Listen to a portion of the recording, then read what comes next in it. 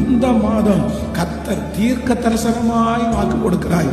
பாழானதை கர்த்தர் திரும்ப கட்டுவேன் என்று கர்த்தர் வாக்கு கொடுக்கிறார். யார் அமைதியா இருந்தாலும் கர்த்தர் அமைதியா இருக்க மாட்டார். சிலர் உங்களை பார்த்து சொல்லலாம், அதை விட்டுற வேண்டியதான், இனி அந்த பக்கமா போக வேண்டாம், இனி அது சரியாகாது. யார் பலன் கொடுப்பா, யார் பணம் கொடுப்பா, மறுபடியும் தோற்று போவதற்கா?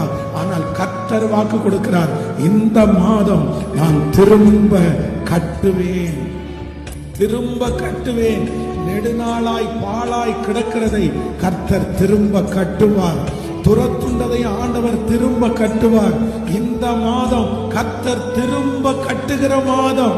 நம்புறவங்க கைகளை மேல உயர்த்தி, இந்த மாதம் ஆண்டவர் விழுந்து போன அத்தனை காரியத்தையும் திரும்ப கட்டுகிற மாதம்.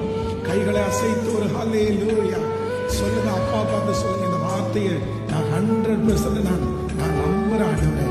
என்னுடைய பிள்ளையினுடைய வாழ்க்கையை நீ திரும்ப கட்ட போகிறதற்காய் நன்றி.